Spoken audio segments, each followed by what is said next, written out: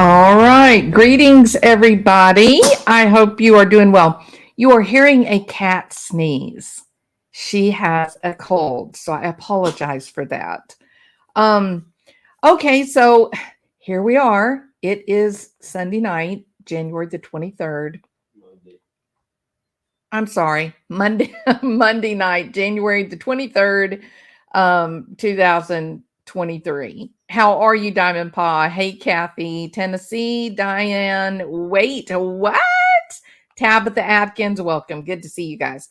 Okay, so we're going to go ahead and jump right into this. There's been a lot of talk about Brian Kohberger and the possibility that he would be so audacious as to believe that he could get away with two murders or one murder with five other people in the house, or even what ultimately ended up being four murders. I don't believe that was the original intent, but I think that Ethan and Xana surprised him and he fought. But nevertheless, it's quite hard to believe that a person who doesn't know how to handle a knife, animal skin is very tough, would be hard to believe that someone who's never killed before would find themselves in this type of situation and be able to do what he did. The sheer um, uh, emotional drain of the setting would have been so traumatizing that a neophyte, I believe, a neophyte would have folded, under the pressure. I just can't. It's very difficult for me to believe that the first time that he ever harms anybody, he gets away with killing four people, disappears into the middle of the night, and then manages to run around free for 7 or 8 weeks before, finally being picked up. Um, it's so hard to it's so hard to imagine that likelihood. Now, there's a lot of people that are openly saying, no, we don't believe he's a serial killer. He's, he made too many mistakes, and a serial killer, you wouldn't expect those sorts of mistakes. And, people going back and forth between, is he dumb or is he a genius? Some people even have gone as far to say that he intentionally planted the knife sheath, that's going to be part of introducing doubt, reasonable doubt, and he'll get away with it.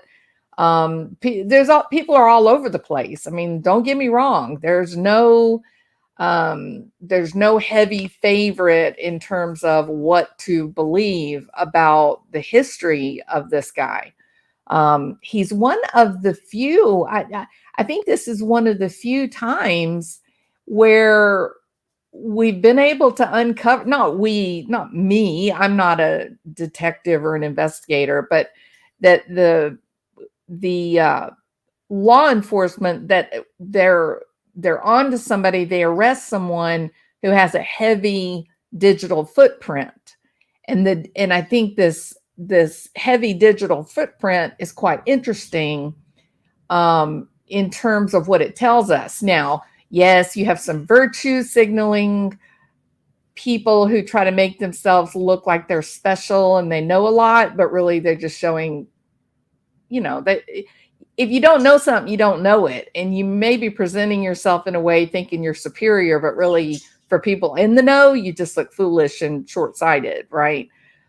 But I think there are some people that believe that this guy really does have the potential, to have a history, that what he did with the four people, the way he set it up, he hunted them. He was controlled for quite a long time. He kept reaching out to make contact, and he didn't seem to get angry when, they did not respond. There's an awful lot that looks like what you would expect from a psychopathic hunter of human beings, So I don't know if Jennifer Coffendoffer, I guess a few times she's brought up the possibility that maybe he's killed before. This other person, uh, Jonathan Gilliam, he's been on several shows recently, and he has outright said he can that Bryan, his history, he looks like a serial killer. Hold on a minute. Sorry. So he does have some behaviors. He's an unusual guy who got away with something that really most professionals would have said, a neophyte, someone who's never killed before, there's no way he could have done that. The sheer act of killing 4 people with a knife would have been absolutely exhausting, even for like a well-trained Navy SEAL. They wouldn't have gone in, the SEAL wouldn't have gone in and had this brawl. It would have been quick and concise, and they would have basically lost the ability to talk and breathe all at one swipe of the knife, and they'd have been in and out in minutes, right? So I think it's kind of interesting to listen to him. His name is I think his middle initial is T, Jonathan T. Gilliam, and you can go on Twitter and put that in the search bar, and then it will show like which shows he's been on lately. He did a show with Dr. Drew just a few days ago that was really interesting, and it really, one of the reasons that I'm so interested in this is because from the beginning with this guy, before we ever knew who Brian Kohberger was, before anyone was ever arrested, my very first video about this case, if y'all remember correctly, I made the content. I made a video saying I believe this may be a budding new serial killer type of situation. You can go back and look. If one of the mods wants to go back and get the link to that video, the first one that I made, then that would be good if you could post it in the chat so people can go back and look at that video if they want to. So I made, I really made the case for my position that was really quite dramatically different than what everyone else was saying on YouTube as well as on the television. I mean, it was kind of one of those things where, every now and then I still stand by what I said about Chris Watts. I think Chris Watts is a psychopath. That doesn't mean that I think that he's a mass murderer and that he's I guess technically he's a mass murderer, but he, serial killer kind of thing. No. But I think he definitely has the physiological, the neurological disruption, and that Chris Watts does not experience emotion like you and I experience emotion. And he was able to dispose of his children without any negative feeling. He described everything to Graham and Tammy and then ate some pizza. It was you and I, if we had been through the same level of trauma, we wouldn't have eaten for 3 weeks. It would have torn us to pieces, but there it was right there. You could see him, So I kind of ended up doing the same thing here with Brian. I went out on a limb, it was very different than what most everybody, well, I guess everybody had decided that it had to be someone that one of the girls knew. And I just didn't believe that. I don't believe that now. And so my first video, I made the statement, I think he's one of those.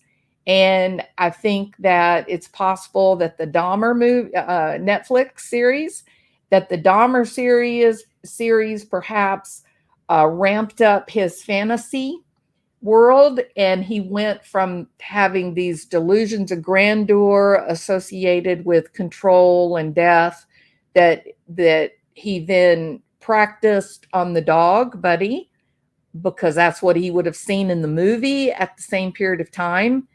And then, we know now, I didn't know then, but we know now he was hunting them since the summer. And I said that in my first video, that I thought that he was probably going up there behind that house under cover of woods, and that he was watching them. He was studying them. He was getting to know everything they were doing and what their schedules were and who the different people were coming in and out of the house. That's the act of someone who's being controlled and purposeful. That is goal-directed behavior. And it's not something that people achieve when they're awash in emotion. What is it? Revenge is a dish best served cold. That is the epitome of cold, simmering anger, that the person is calm and they're methodical and they're planning. And then they finally choose that opportunity when it presents itself, chooses the opportunity to act and follow through with their, evil plan. And so I still think that we may find out that Brian Kohberger has struck before. In fact, now that I know that he was hunting since the summer, I'm even more convinced. There's a history there, and I would imagine there's a history that involves Pennsylvania. And so that's what I have been doing. I have been searching Pennsylvania in terms of the unsolved killings, the missing, that kind of thing. And I apologize about my cat sneezing and my husband coming in and out of the door. Peaches, calm down, sweet girl. She's got to go to the vet in the morning. It's gross. Good gracious. 1 minute.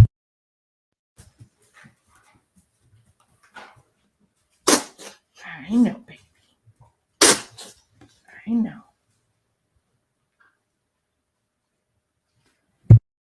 Okay.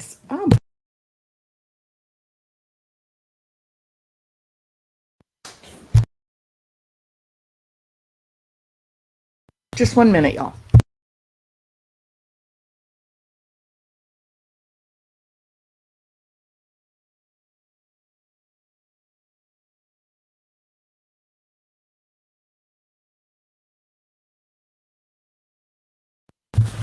Sorry about that. When you got a sick baby, you got a sick baby. Okay. So it was this search that I've been, combing through old newspapers and online and looking and searching. And I ran across a 10-year case of a missing girl in Palmyra, Pennsylvania. And if I look at the map, let me share that for you so you can see the map with me.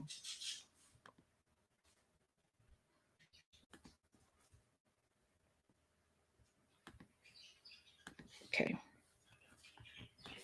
All right. So if we look at the map here, this is Palmyra down here. So it would have been straight on the interstate from Allentown. And then, we know that Kohberger, they lived in several different places as he's growing up and whatnot. He ultimately graduated from Pleasant Valley High School here. And, his mom and dad currently live over here. So somewhere in this area, right? There was even one address they were in Allentown or Bethlehem, I think. So it's a straight shot where this girl ultimately, went missing. It's a straight shot down, and that's interesting, correct? So let me.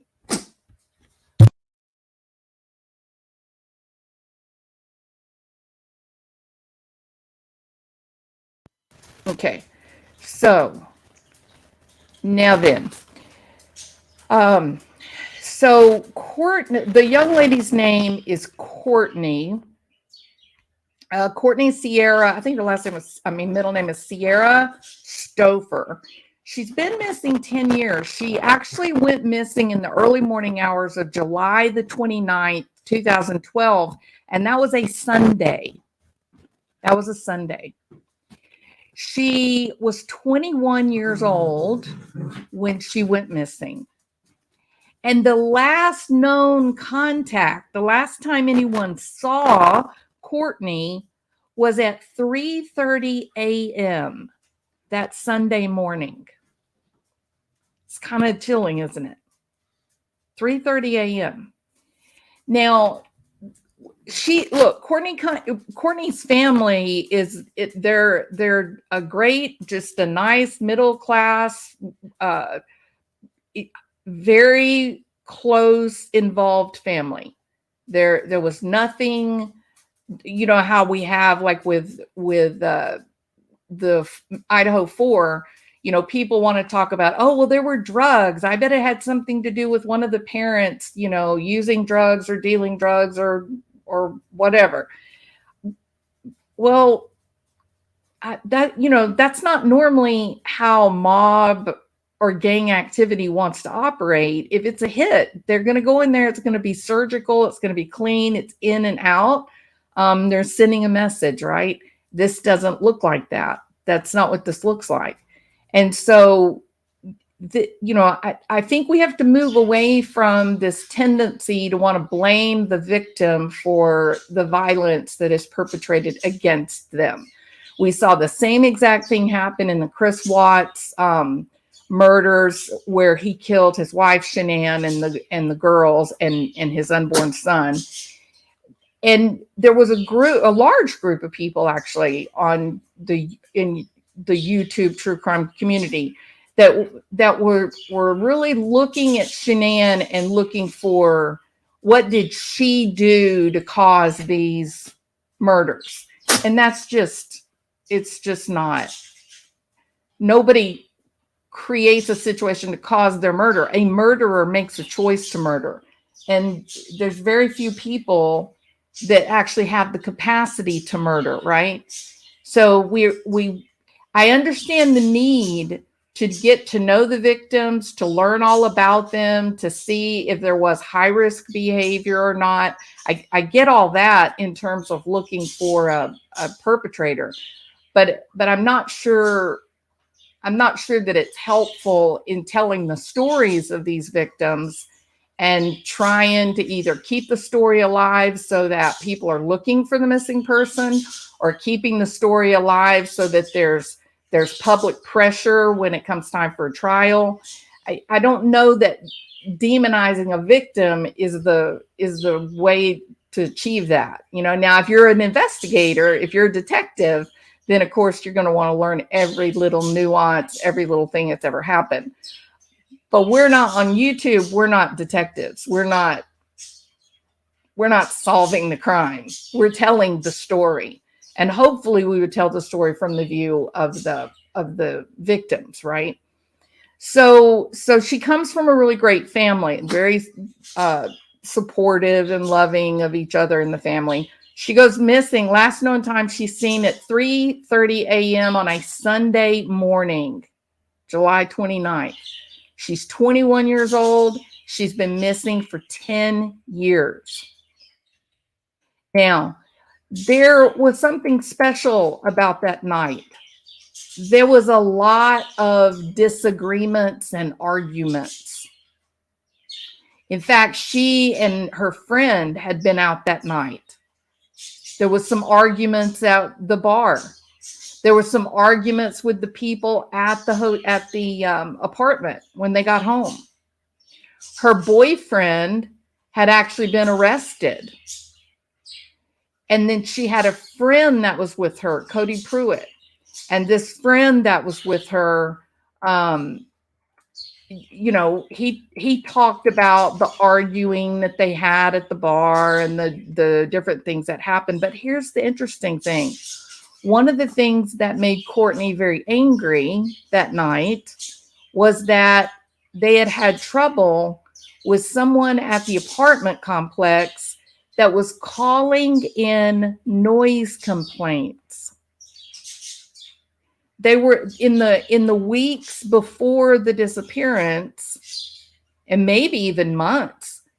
But what I've been able to find out with, I haven't done a FOIA with the police. I guess I could end up doing that. But in the weeks that were leading up to this, someone was calling in noise complaints, and they were getting visits from the cops about noise.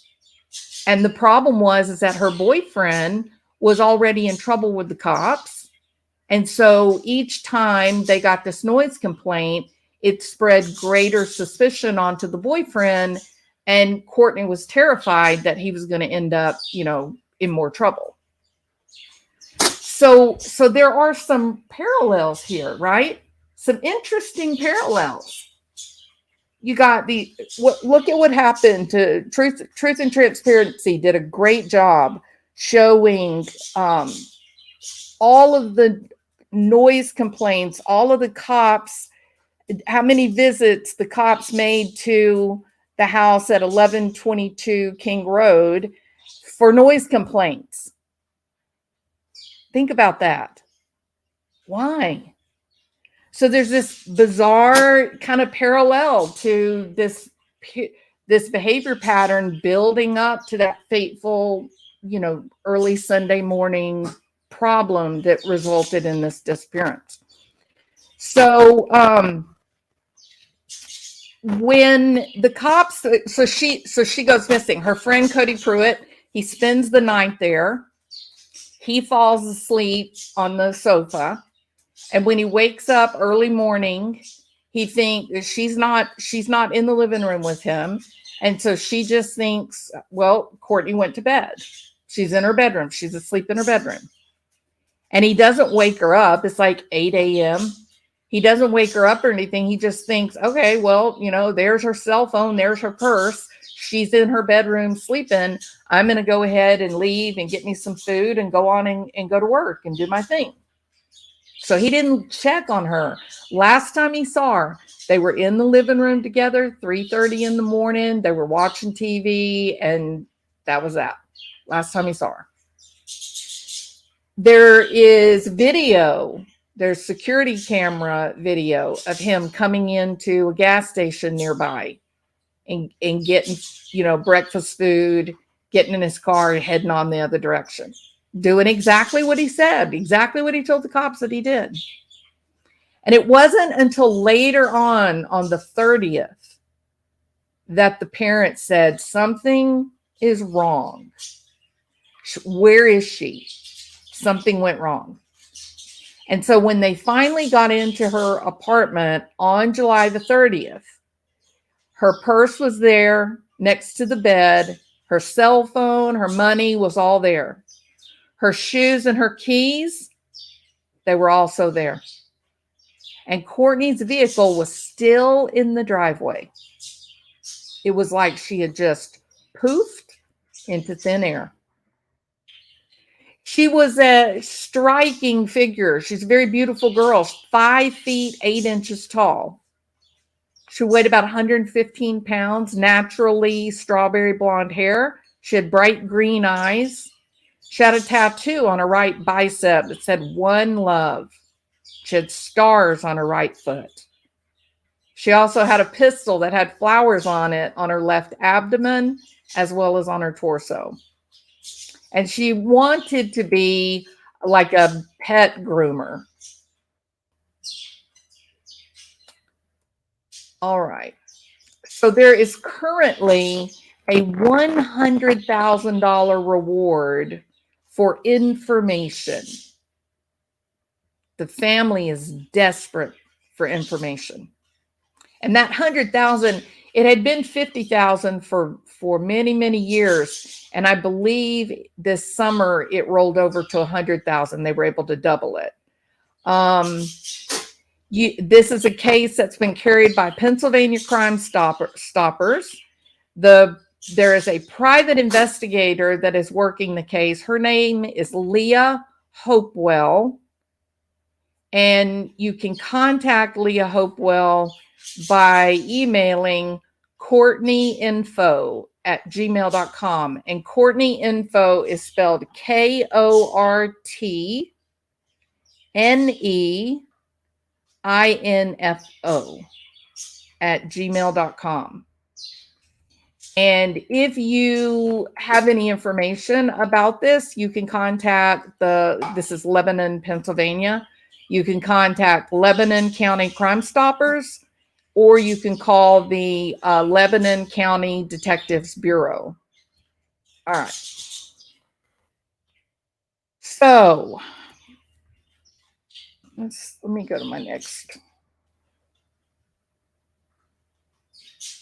Okay.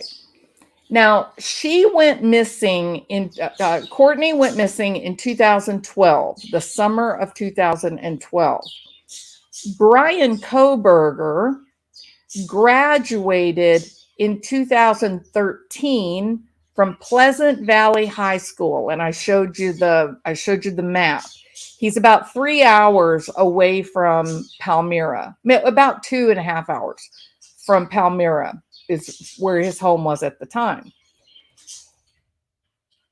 It was interesting to me that as you go back and you read on Tappa Talk, where he was posting, one minute, please.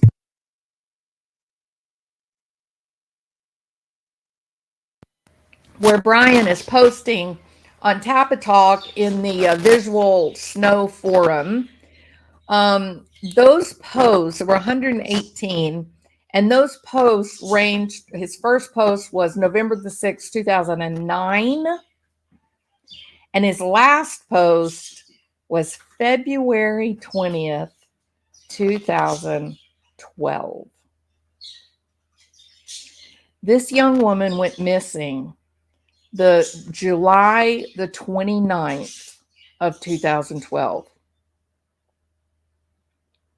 So that would mean August, September.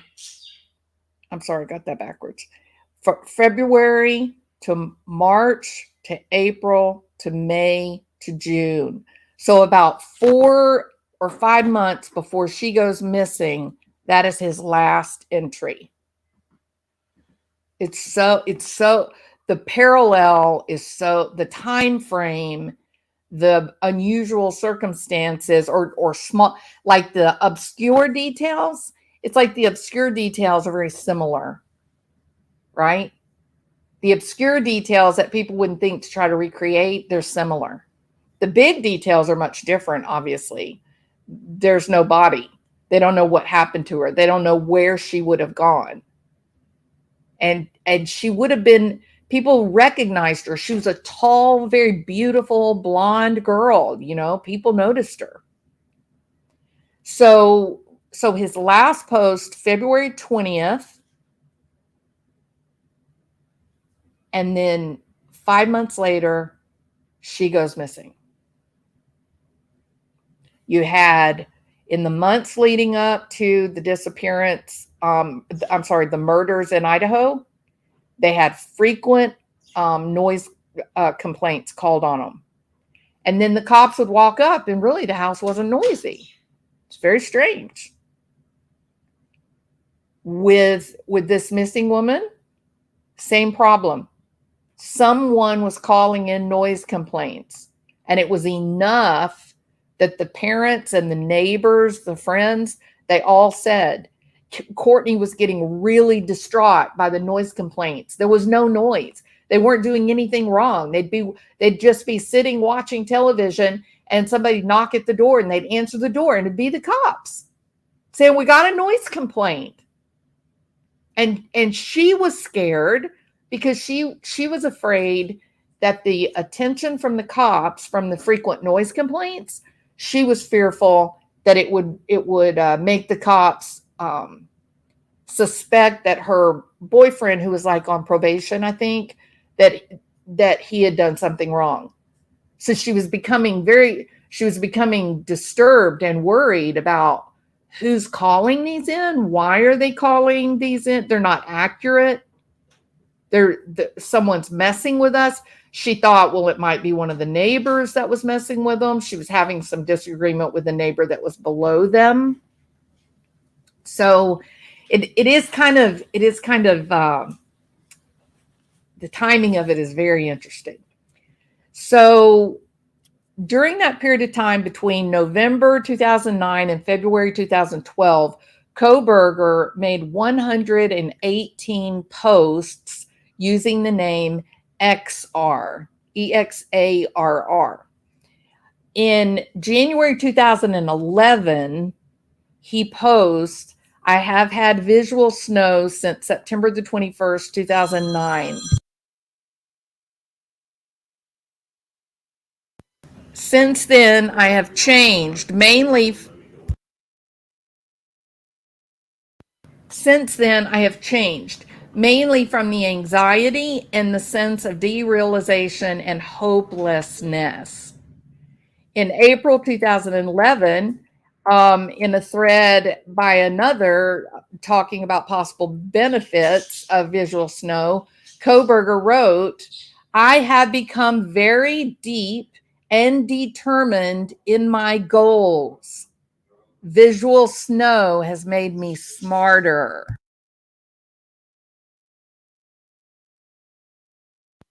Visual snow has made me smarter. That was in 2000. In April 2011, Kohberger wrote, I have become very deep and determined in my goals. It has made me smarter. Isn't that a bizarre thing to talk? You're a kid. You're an like 17, 18-year-old kid, and you're claiming that this terrible perceptual anomaly, this sensory disruption, like a neurological damage, that it is somehow making you smarter. It's making you more determined. It's making you more focused on goals. What exactly were Kohberger's goals? In May of 2011, Kohberger writes that he has depression. I have no interest in activity. I have constant thoughts of suicide, crazy thoughts. Really? Is that right, Brian? Like, what kind of crazy thoughts? He writes, I'm having delusions of grandeur. I have anxiety, poor self image, poor social skills. And above all else, in capital letters, he writes, no emotion. When I get home, I am mean to my family. This started when the visual snow started. I feel no emotion. There is depersonalization. I can say now that I do whatever I want with little remorse. That was May 2011, 1 year, almost to the date, of Kortne Ciera Stouffer going missing without a trace. And my question for Brian would be, why is it in May 2011 that you are now certain that you can do whatever you want and not have any remorse? How is that? What happened? What did you do that taught you this lesson? How do you know you could do whatever you wanted? There are no limits to what Brian could do, according to him, and have very little remorse. How did he learn that? What was he up to in the summer of 2011? In July 2011, literally 12 months before Kortne Ciera Stouffer goes missing, Kohberger wrote, I have had this horrible depersonalization go on in my life for almost 2 years. I often find myself making simple human interaction, but it's as if I am playing a role-playing game. I hug my family. I look into their faces. I see nothing. It is like I am looking at a video game, but it's less. I'm less. I'm blank. I have no opinion. I have no emotion. I'm nothing. Kohberger's alleged last post was on February the 20th, 2012, would have been about 4.5 months before Courtney went missing. And he writes, and this is chilling, really. He writes, I have just accepted my visual snow, finally. I don't even feel the need to stay away from this forum. It doesn't scare me anymore. Has anyone else come to terms? I feel like coming to terms could be a bad thing, though. That was it. That was it. 4.5, 5 months later, Courtney went missing after 3:30 in the morning, one Sunday morning, after having gone out to a bar, having fun with friends, having some arguments and disagreements with friends, and ultimately disappeared into thin air. So in July, he says, I have had this horrible depersonalization going on in my life for almost 2 years. I often find myself making simple human interactions, but it is as if I am playing a role-playing game. I hug my family. I look into their faces and I see nothing. It's like I'm looking at a video game, but it's less than that. I'm just blank. I don't have any opinion. I don't have any emotion. I have nothing.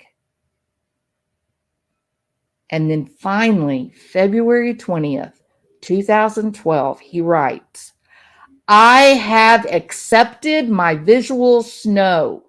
I don't even feel the need to stay away from the forum. It does not scare me anymore. Has anyone else come to terms with their visual snow? I feel like coming to terms could be a bad thing. Something special was happening to him, I think. Something was happening starting in April, well, really in January, but got really fired up in April and May. In May, he says, I have this depression. I have zero interest in any activity. I'm having crazy thoughts. I'm having thoughts of suicide. And for your information, we don't really distinguish much in terms of an evaluation.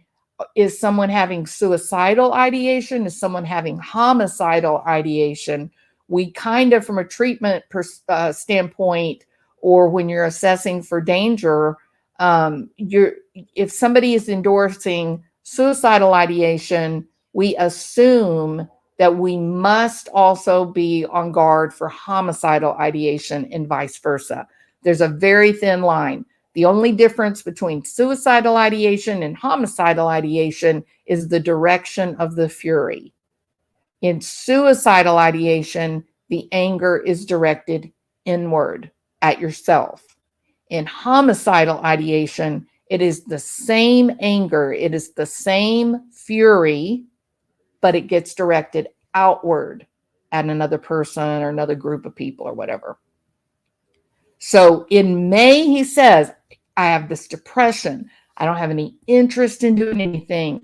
I am having some crazy ass thoughts. I've got constant thoughts of suicide, constant thoughts of suicide. I'm having delusion of grandeur.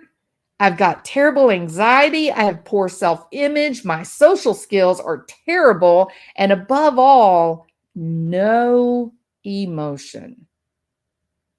When I get home, I am mean to my family. I felt no emotion. I'm overwhelmed with the depersonalization, but I have become deeper and more determined thinking about my goals. The visual snow syndrome has made me smarter And I can say now in May 2011, I can do whatever I want with no remorse. How did he know? In May 2011, what happened? What did he experience between April and May that brought him to a place of, wow, I can just do whatever I want. No remorse. I don't have any emotion. I'm getting really smart. I can do whatever I want to do. Delusions of grandeur. This is pretty chilling, y'all. Finally, 1 year before Courtney goes missing, I've had this horrible depersonalization going on in my life for 2 years. I often find myself making simple human interactions, but it is as if I am playing a role-playing game. I hug my family. I look into their faces. I see nothing. It is like I'm looking into a video game, but it's less than that even. I'm just blank. I don't have an opinion. I don't have any emotion. I have nothing. That's where he's building up. That's April, May, June, July. He's building up in the year before Courtney goes missing. He's building up. And then finally, February the 20th, just months before Courtney goes missing, it's just this change, just this dramatic change. And he says, oh, by the way, friends, just here to let you know, I have accepted my fate. I have accepted my lot in life. In fact, I've accepted it so completely that I am this awkward, poor self-esteem, delusions of grandeur, anxious, no love, crazy thoughts, angry, homicidal, suicidal rage. It's just who I am, and I'm willing to accept it now. Here I am, February 20th. I'll just accept it's who I am. Doesn't scare me anymore. I could even come to the forum and talk about it. I'm not scared of it anymore. I accept my visual snow and all of the nightmare that goes with it. But I'm kind of feeling like coming to terms with it could be a bad thing. Very interesting, y'all. It is very, very interesting. ABC has gone on record saying that their researchers are extremely confident that those were, in fact, Kohberger's posts. I said myself, I felt like they were, that those posts are, in fact, his, mainly because the timeline of the bankruptcy and the foreclosure on the home they align. So, you're looking back after 10 years, you're lining up the same date of a foreclosure, you're probably looking at the right thing. All right. So,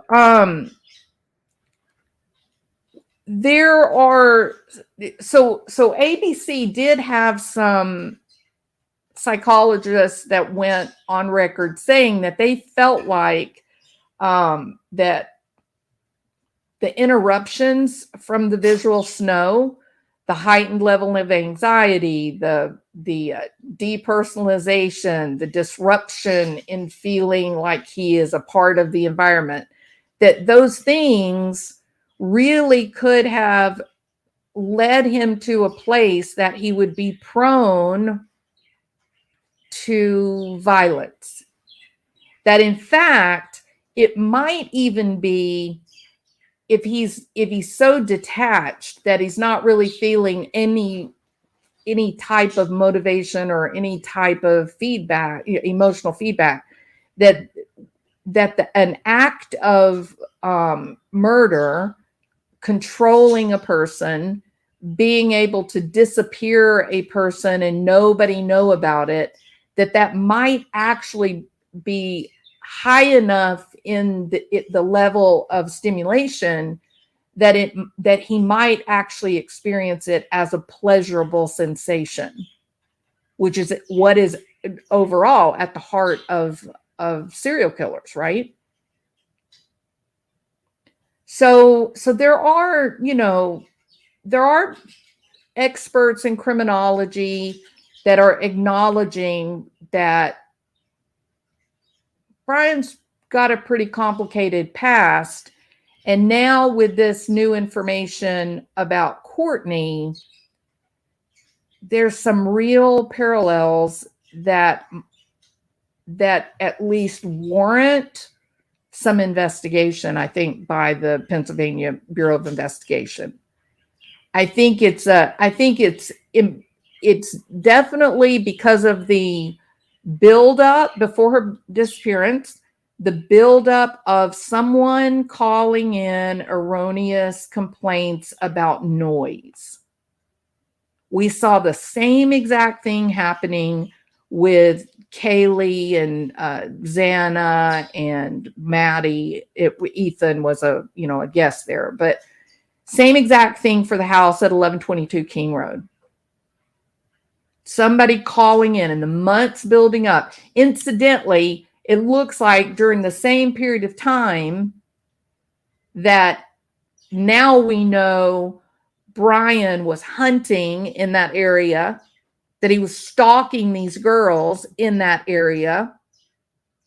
That's also when they were getting these multiple phone calls, complaints of noise. But everybody said, oh, we're going to blame it on the Greek life. Let's just blame it on the sororities and the fraternities. No, they're human beings, believe it or not. The kids that are in sororities, the kids that are in fraternities, they're human beings. And they're held to academic standards. And if they fail those academic standards, then they are required to go to tutoring, and they have to do their philanthropy, and they hold multiple events throughout the school year to build up their pledge that they've made towards, whatever their, American Heart Association or whatever their philanthropy is for that sorority or fraternity. And they do a lot of partying. Yes, they can be boneheads, but absolutely, yes, they do good. Yes, they're a social fraternity, but part of being a social fraternity or sorority is to have that philanthropic foundation. Correct? So we got to back off from blaming the victim. We got to stop blaming the fraternities or the sororities. Let's look at the overall picture.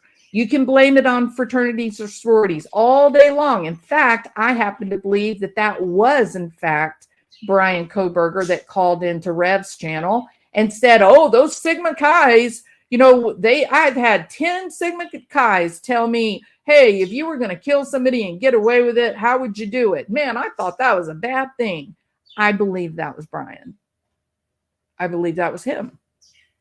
He wanted attention onto the fraternities. I think early on he was on Reddit directing people toward Jack Decor and Jack Swalwell. Who came up with the rumor that Jack Swalwell was in Africa? Who came up with that? Not his friends. How many of his friends would have even known that Jack Swalwell had real family ties and property in South Africa? It's not very many people, right?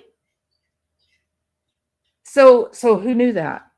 Maybe the guy that was hunting the girls, because we know of at least 2 times that when the door opened at 1122 King Road, Jack Swalwell was standing there.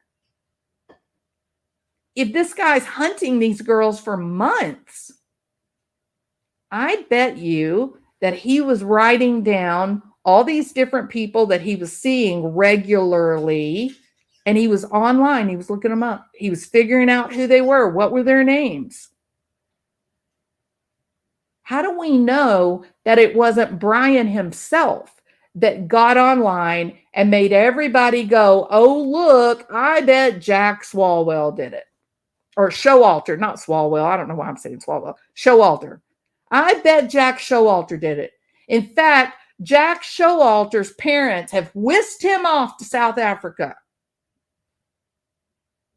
That wasn't a random comment. Because the minute I started looking, I was going, what? South Africa? What?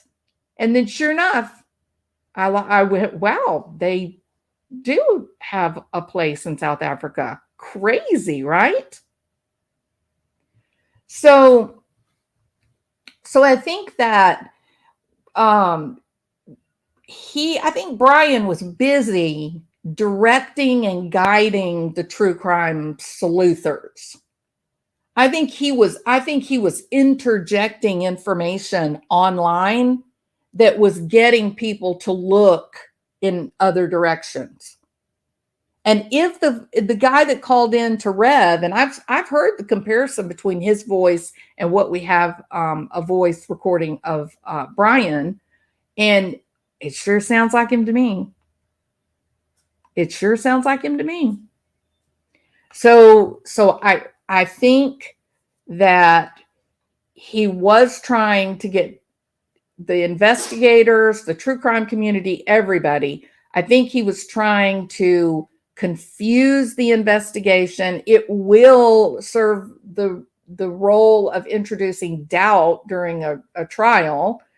Well, look, Judge, we had all these possible suspects, like this dude, Showalter, who ends up going to Africa. And we got Jack DeCour. There's a guy that had a lot to lose by Kaylee leaving. And the cops just shut down investigation. The cops didn't even look at them. They picked on my poor, defendant. See what I mean? So, I think he's arrogant enough. He's got real delusions of grandeur. I think he was arrogant enough to believe that he could be the ringmaster, that he could get online and he could direct everybody's attention to get us to look at things that he wanted us to look at rather than looking at the reality. Yep. Yeah, Jack D's harmless. Absolutely. And Jack Showalter was a hero, in my opinion. He was trying to help the girls, keep them safe. That's my opinion. All right. Okay, so Courtney. And she was 21 when she went missing. And she went missing in July 29th, 30th in 2012. And then Bryan graduated the next year.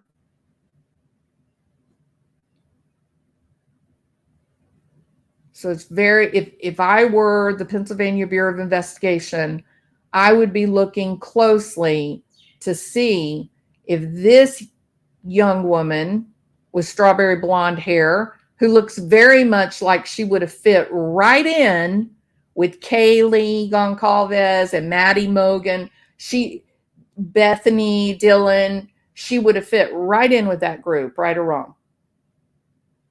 And I think they should look to see, do we have a connection? Would Brian Kohberger in any way have some type of connection to this young woman? Somehow would they have known one another?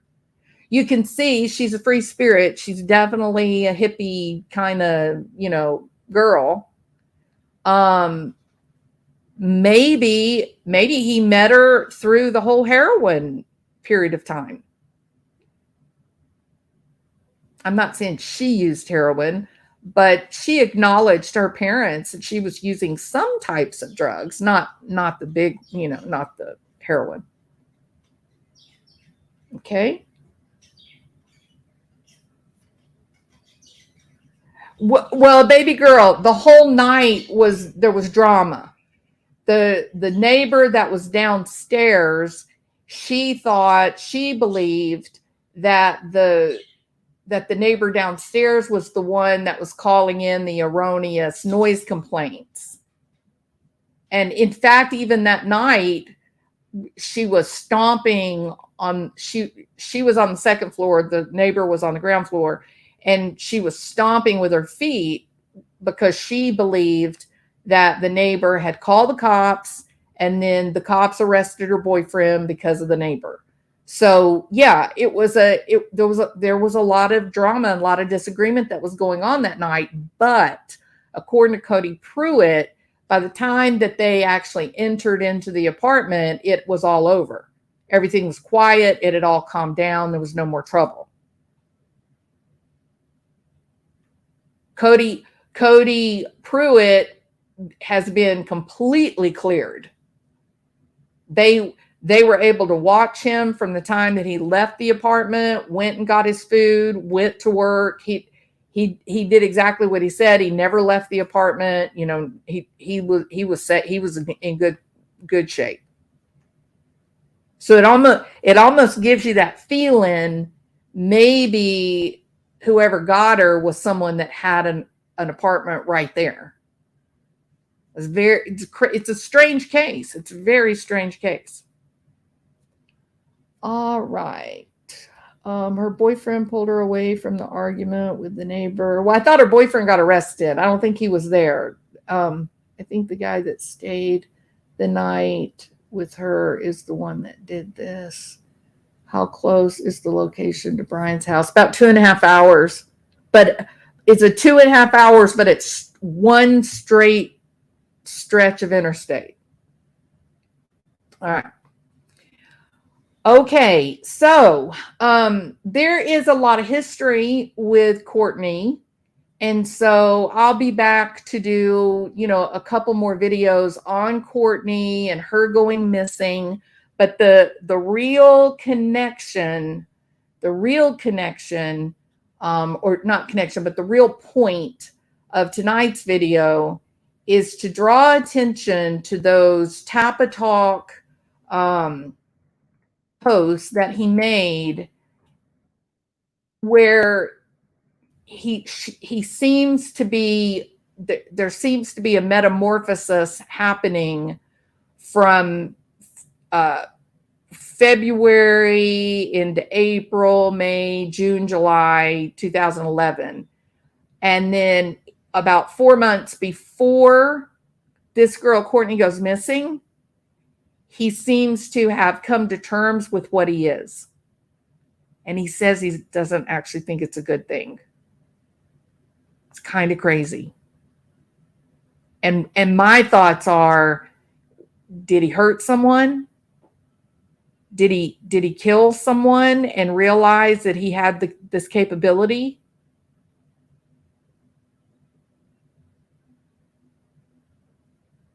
You got to admit, this young lady looks very similar to Maddie and Kaylee. I could see where if this was his preference, then he would have, if Maddie and Kaylee, if Dylan, if that was what attracted him visually, this girl would have fit right in there. So it's very interesting. Very interesting. In my opinion. Okay. Let me see what you guys are commenting on, and then let's see. Wonder why the sisters went into the fields that they did. Well, that's a good question. I'm not going to tell you that I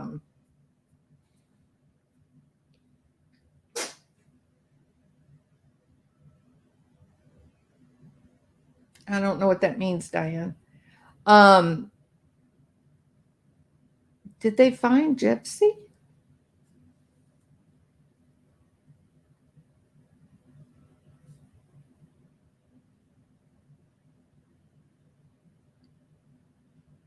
Ooh, that's kind of scary, Nancy. Okay. I lost my train of thought because I thought somebody was saying that Gypsy was found, but that's not what y'all were saying. Okay. How old would that make him? 18 years old, Georgia Line. So he would have been 18 and she was 21.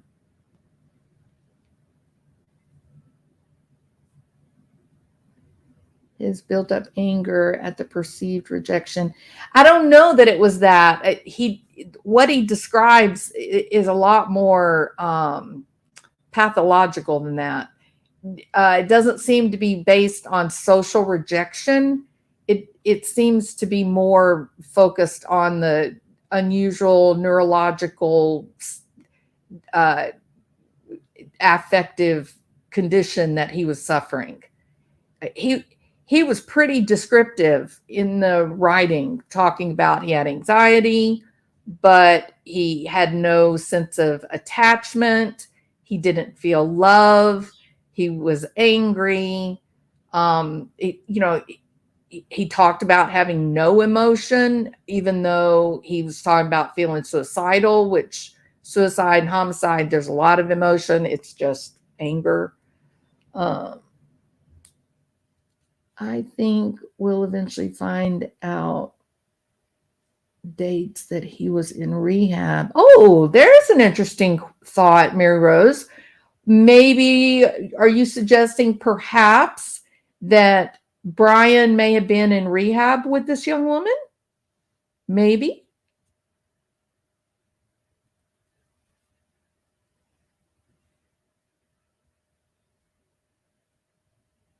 Who got Jepsy? Stop. Okay, quit. I just quit. Time gets you out already once. I think he believed he was a psychopath and accepted that.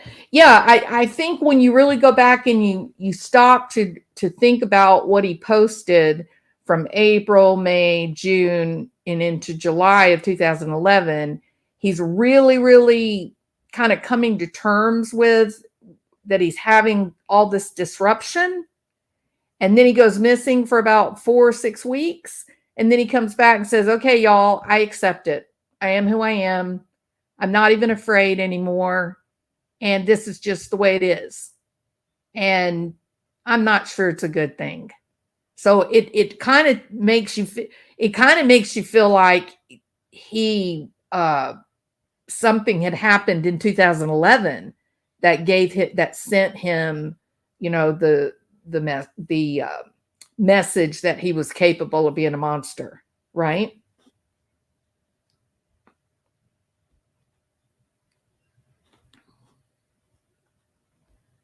All right. What Brian wrote about at that age seemed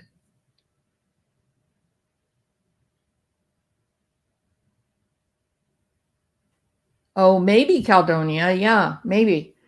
Carlos, listen to my new hit song uploaded on my channel. Carlos, you're not supposed to do that. A lesser creator might kick you out of the chat, but I won't. Okay. No, Carlos is talking. Don't kick him out. You quit. Get.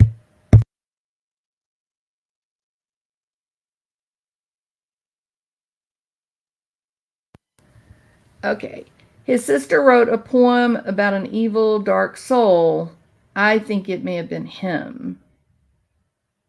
That is Pennsylvania. It is a Pennsylvania case, Callie. It's from 2012. The young woman's name is Kortne Ciera Stouffer. She went missing on July the 29th, 2012, about 3:30 in the morning. Hi, Anne Frank. I think she was trying to find his sister's name is on it. Kelly said, thank you. Yeah, let's don't spam anymore, whatever, Carlos or whatever your name is.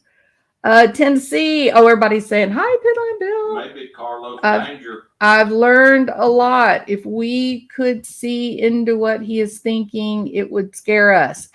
No, I absolutely agree. In fact, I think that I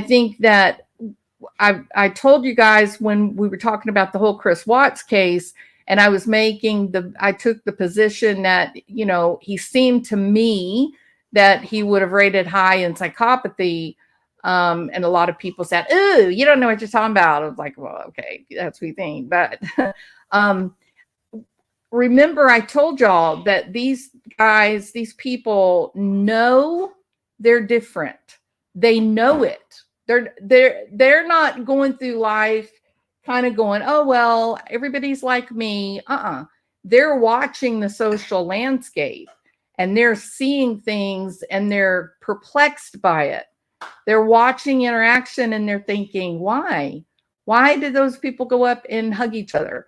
Why do those people smile at each other? Why do those people take gifts to each other? Why do people, high five? And they recognize that they're watching the social landscape and it's not something that they understand, right? So they know that, like they are aware of it from a very young age, just like with Chris Watts. And then they begin, because they recognize that they have to get along with all of these creatures that they don't understand. They begin watching them, and then they will choose an object, what we call an object, another person that they judge is successfully maneuvering the social environment. They'll and in the case of Chris Watts, I think it was his friend Mark, right? And they'll choose an object and they'll study that object, and then they'll make their actions that of the object. Like they'll become they'll begin to act out, talk, do the things that they see their object doing. And that's how they learn to get along, right? When they run across someone who seems to be well regarded and liked, they'll watch that person. They'll build up those new skills and start doing the things, that person does. Trust me, people, you start meeting someone who is changing their persona dramatically, including their appearance, to look like another person. That's someone you need to be wary of, because they don't know who they are. They're pretending to be another person to try to be accepted or be more effective. They know they're not effective. So I think, Bryan, it wasn't just psychopathy, he's sadistic. And that's that foundation of the whole dark tetrad, right? And for, let's see, I think it's Tyler Feller.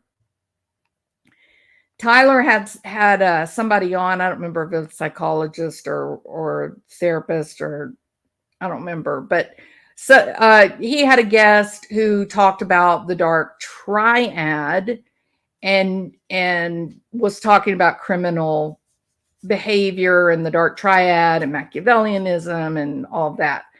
And I've tried to, I've said a couple of times in passing, but y'all listen to me, hear me out. Okay. This is my field. I know what I'm talking about. Okay. If you truly want to understand the psychology of violent criminals, then you really need to read about and learn about the dark tetrad. The dark triad was not based on a clinical population. It's not based on someone that would be a pathological level of disruption. The dark tetrad, it took the original dark triad and then added one element, and that was sadism. And when they added the fourth element, then it would cover the pathological group, the people coming out of prisons, the psychopathic deviants, with the addition of the construct sadism. Now you're picking up the real monsters. Now the numbers are identifying the true monsters, not just people with a little personality disorder or whatever, but the Dahmers, the Ted Bundys of the world. Okay. So learn about, if you're really interested in this, learn about the dark tetrad and the power of adding the fourth construct, the sadism is the fourth construct. Okay. All right. I like Tyler too a lot. Yep, I sure do. Okay, so let me think if there was anything I wanted to say. So I will revisit the story of Courtney, go into detailed elements of her story and how it might align with Brian. Her parents are still quite active and interested in obviously trying to learn and find out what happened to their child. I do have a photograph of them. Hold on 1 minute and I'll show you.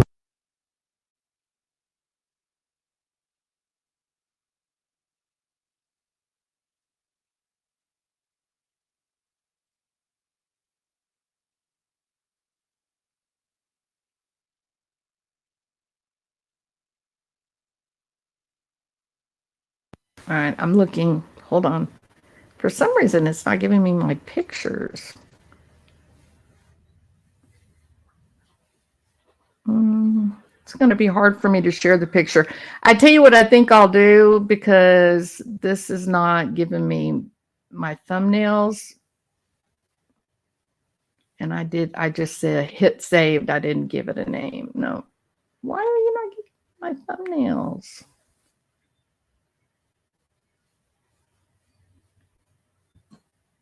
There we go. I think I fixed my problem. Hold on. No. Let's see if I can find the picture of the mom and dad.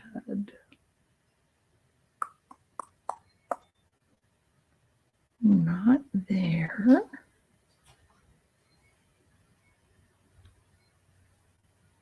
No.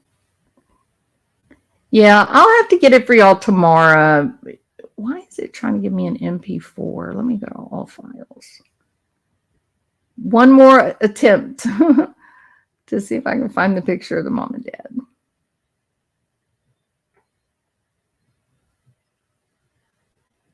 They're standing outside hugging each other.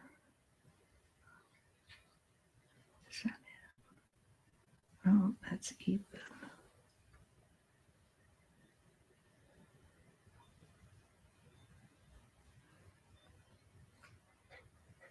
Nope.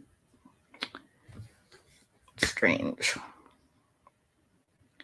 I guess I'll do that tomorrow.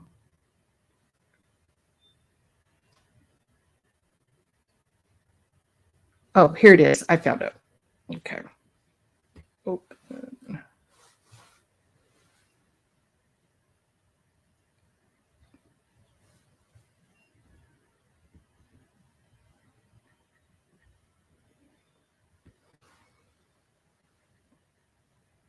That one load.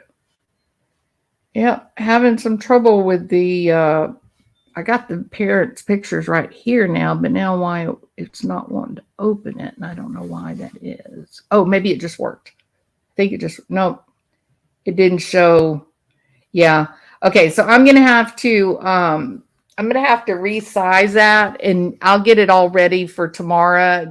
Not tomorrow. It'll be Wednesday evening that I'll do a live. I have to get it all ready and make a slide that we can put in the show. And then we'll talk a little bit about the parents and the timeline for the reward and kind of where they stand, in the investigation and that kind of thing. And we'll put up contact information. In the meantime, if you're a sleuther, if you love to research, anything that you could find out about Kortne Ciera Stouffer and connections that she may have had with Bryan or the school. I even thought about on Drunk Turkeys the other night, they had a lady that claimed that she is friends, or that she was friends with Kohberger. I thought about contacting Drunk Turkey and find out, the girl's contact information, and so I could just question her if there would have been any reason that her group with Brian in high school, would they have had any reason to be in contact with somebody from Palmyra? So there's that possibility. I also think it was a really good possibility to think about maybe a drug treatment facility might be a common link, right? I mean, her boyfriend, Courtney's boyfriend, had some trouble with the law related to drugs. He was a little bit younger than her, but it wouldn't be odd that there was some connection. She kind of had the whole hippie lifestyle going on, and, he's using drugs and partying, and maybe somehow they knew each other. Something, right? All right. Hey, Sarah Smiles. How are you? Thank you so much, Sarah. I appreciate you. Feeling sad today with the newest shootings. I know, Caledonia. It's just devastating, right? Yeah, and the Dark Tetrad, I think it'd be something that you'd really enjoy reading about, Caledonia, and to just kind of make it so you've got a pretty good headspace when you start reading about it. They just took the Dark Triad, they added the fourth construct, which is sadism, and when they did that empirically, statistically, then they were able to capture and define those people like the Dahmers of the world, as compared to people, that just, I don't know, the people that just, didn't have enough money, wanted to buy marijuana, and so they, stole their next door neighbor's guns and sold them, which is that's a dramatically different pathology than someone who's willing to hunt another human being for 5 months before they ultimately kill them, right? It's a completely different pathology. So for the serial killers, for the people that are highly motivated by violence and blood, you've got to add in that fourth construct, or you don't, the numbers won't define them. But with that, the addition of sadism, adding it as a variable, you can just about every time pick out the ones that are the monsters. All right. Meeser Mom, how are you doing? True to me. Thank you so much. All right. So the Asian shootings, and then another one in Iowa, and then there will be forgotten soon. What can we do? Well, it's not a popular answer, but it's a real answer. And the real answer is they got to do something about mental health treatment. They've got to be willing to have institutions for people that have, mental health issues that result in violent behavior. It's not enough to just say, oh, well, you're either free walking the streets with normal law-abiding citizens, or you're in prison. It's crazy that there's no middle ground. It's just amazing. That is the penultimate of black and white thinking, and it's not good. It's not healthy. Just like Nicholas Cruz, had they had some options for him for residential treatment, residential living, which is what he needed. He needed supervision to make sure he took his medications properly. He needed help getting to his job and home again in an organized manner. And then he needed to have contact with mental health experts every day so that when he became violent, people could protect him, thereby protecting the populace. And he certainly didn't have any business owning any guns. So you can't achieve that level of oversight and healthy living without accepting that there are some people in our population that would really benefit from residential care. And it would also make the community a safer place. But again, a lot of people don't like that answer, you know, and I get it. I'm fine with that, but I'm just telling the reality of it.